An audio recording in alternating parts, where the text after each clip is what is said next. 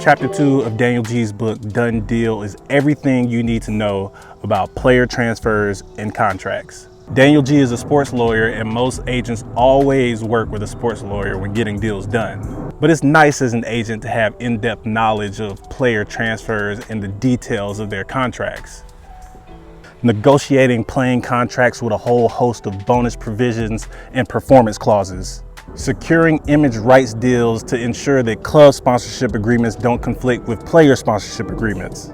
Finalizing all the paperwork and documentation for international transfers to take place. From ITCs to work permits and visas, complicating an already difficult set of negotiations and admin tasks. These deals can take weeks, sometimes months, to get over the line.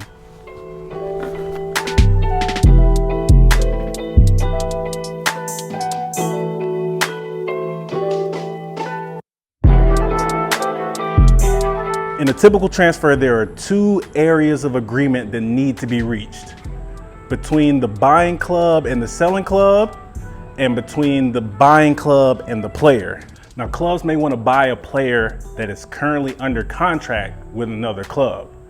And you can do this by paying the transfer fee, which will effectively end that player's contract with their current club and transfer the registration to a new club. The transfer fee depends on a number of factors, including age, current contract situation, international status of the player, position, length of remaining contract, nationality. For this reason, it can sometimes take weeks or months to agree on a transfer fee, which usually includes add-ons in relation to the club achieving promotion or the club winning trophies, the club avoiding relegation, player achievements such as international team appearances and goals, and a sell-on clause to benefit the club when selling.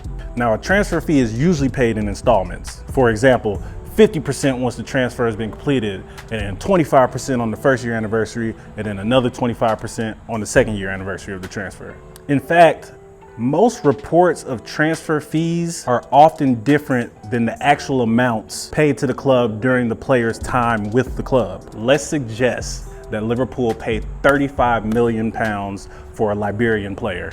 The transfer agreement may state that Liverpool paid $15 million up front, $5 million on both the first and second anniversaries of the player's transfer, $5 million if the player makes 50 Premier League appearances, and another $5 million if the player wins the Champions League and the Premier League with Liverpool. On the first anniversary of the transfer, Liverpool will have only paid £20 million. It is quite possible that the headline transfer fee is never attained if the player doesn't meet those benchmarks that were set out in the transfer. Also, it's important to note that the headline transfer fee never includes the player's wages that they're actually going to be making weekly. That's a whole nother thing that the club has to negotiate with the player on. Not only will basic wages be negotiated, but a club will incentivize a player to sign with them by paying additional amounts in the form of signing bonuses and loyalty bonuses. There's also a bunch of different success bonuses that clubs like to throw in there, like for an appearance, win bonuses, goal and assist bonuses, clean sheet bonuses. Bonuses like this can add an extra 20 to 30% on top of what the player's guaranteed wage was.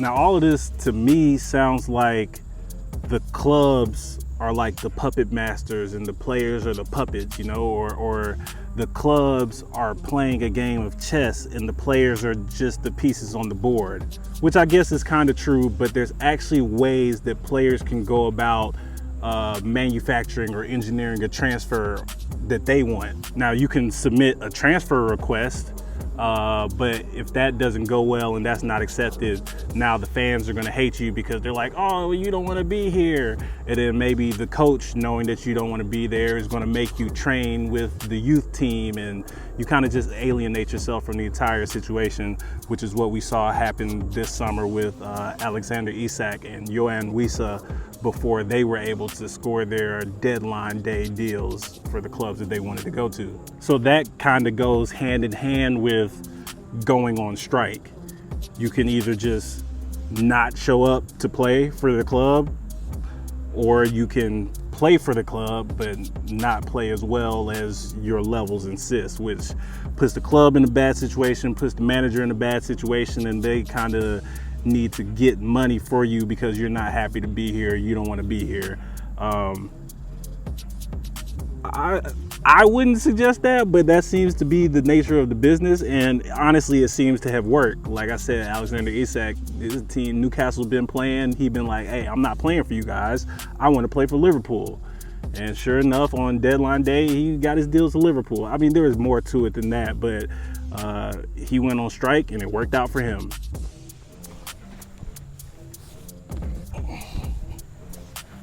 You could also just raise your game. If you're at that mid-level, try to get to the top tier.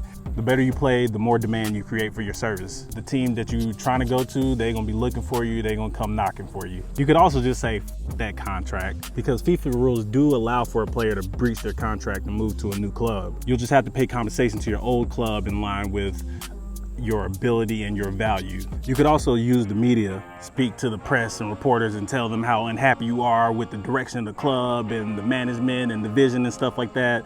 That can force a move, or it can have a little sit down, and then you might end up with a new and better contract with the club that you're with.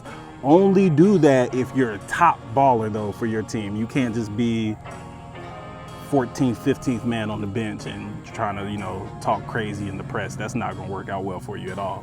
I mean, you could just wait it out also. Allowing your contract to expire means that your current club is not entitled to a transfer fee when a new club comes along. So that's gonna give you a larger degree of bargaining power with either your current club or the new club. And then the reason why I'm reading this book is to have smart clauses in the contract to begin with, because savvy agents are inserting different kinds of release clauses into their players' contracts, and I'm trying to be a savvy agent. Getting relegated is another way that a player can force their way out of a club. Like I said, they have a savvy agent that puts some clauses in there. There can be a clause that once the team gets relegated, they don't have to honor their full contract, or they can kind of go on a half-off transfer. And then also you could just cite personal reasons. If your family doesn't like the icy weather or the food and y'all just aren't comfortable, you can your family is important and it's going to affect how you play. So you can cite personal reasons and force a transfer that way, because you're not happy here and your family's not happy here.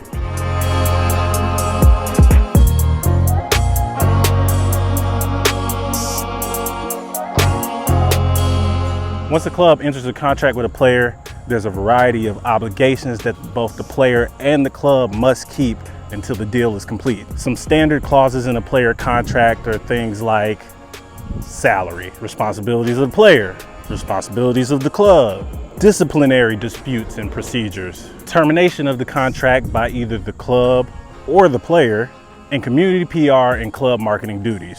Now, I spoke earlier about contracts being filled with additional fees and bonuses. And some of those bonuses are, your most common is the sign-on fee.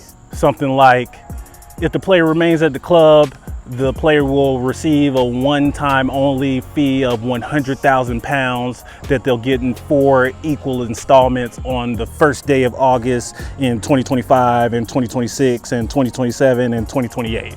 Just spread out like that.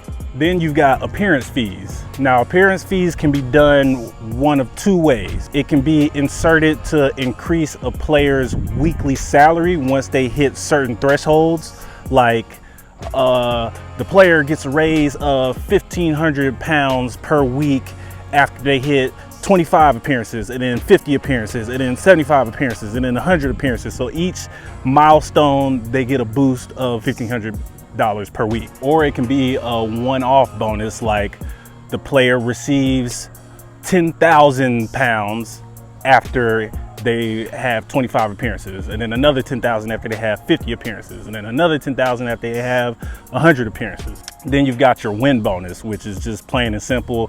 If you're in the starting 11 and your club wins that week, you'll probably get a little added fee on top of your weekly wage. And then that can kind of partner up with a multiplier, which depends on where your club is in the league table. So if y'all win and y'all sitting in 3rd, your bonus might be higher than a win and y'all are sitting in 6th. Then you got your substitute appearance fees. So if you're a listed sub on the team sheet and you actually do get in the game, then you get like 30% of the win bonus. You don't get the full bonus because you didn't start, but you still get a little bit of added compensation on top of your weekly fee. A lot of clubs are starting to get away from things like goal and assist bonuses because those are, individual metrics that prioritize your individual stats over the team, over making the right team decision. Because, say you have an assist bonus instead of a goal bonus, and you're a midfielder with an open goal, and you instead of making the right decision of scoring, you trying to pass to get your assist. So those things, goal and assist bonuses do exist, but clubs are starting to get away from those a little bit. But then you do have clean sheet bonuses for your goalkeeper, your defenders, your defensive midfielders.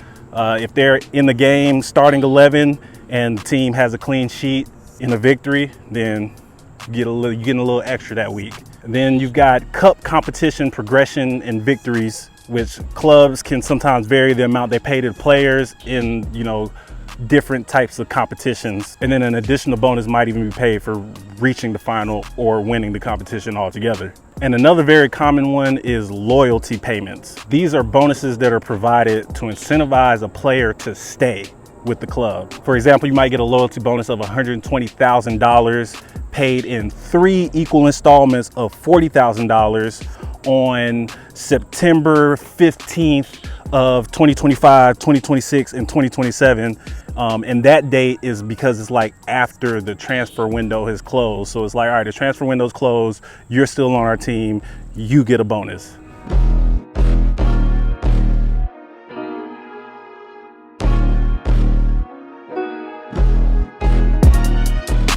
Along with performance bonuses, an increasingly key aspect of player contracts is the addition of the release and buyout clauses.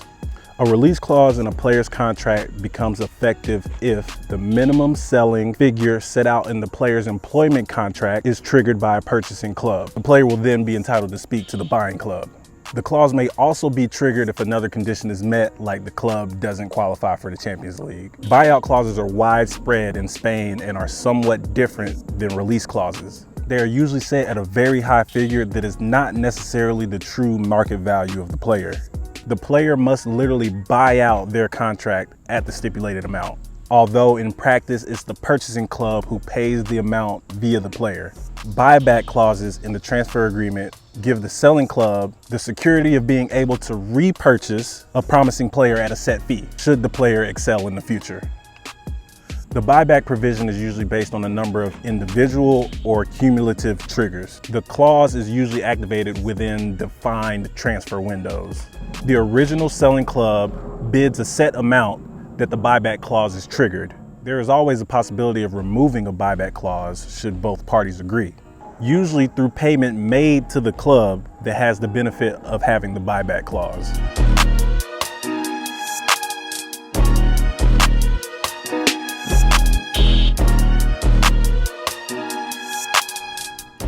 Here are some of the strangest clauses reported in players' and managers' contracts. When Rafael van der Vaart moved to Real Betis in 2015, he could wear boots of any color except for red, the color of local rivals Sevilla. Neil Ruddock, a defender for Crystal Palace, was said to have a weight restriction clause in his contract. Arsenal legend Dennis Bergkamp, who has a fear of flying, insisted on a clause in his contract that he would not be forced to fly to any away matches. When Neymar played for Barcelona, his friends were flown from Brazil to Spain every 2 months for an all-expense-paid vacation, which surprisingly is very common amongst top players. Didn't know that. Stig Inge Bornaby, sorry if I butchered your name, brother. They butcher my name all the time. Whose dad was an Olympic ski jumper, had a clause in his contract that he could not go skiing with his dad when back home in Norway. And Rolf Christel apparently asked Eintracht Frankfurt to pay for his wife's baking classes.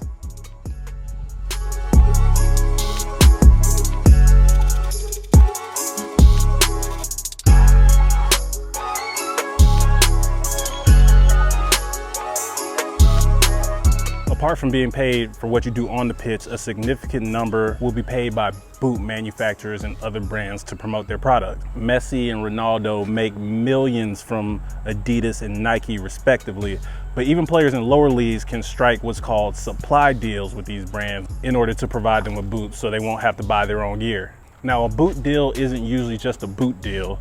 At the very least, the contract is going to require the player to wear and use the brand's equipment and apparel in training and in matches. For a number of elite players, wearing the brand's boots is just the tip of the iceberg. You've got sponsorship engagements and commercial activities, photo shoot and social media stuff that you got to do for this brand.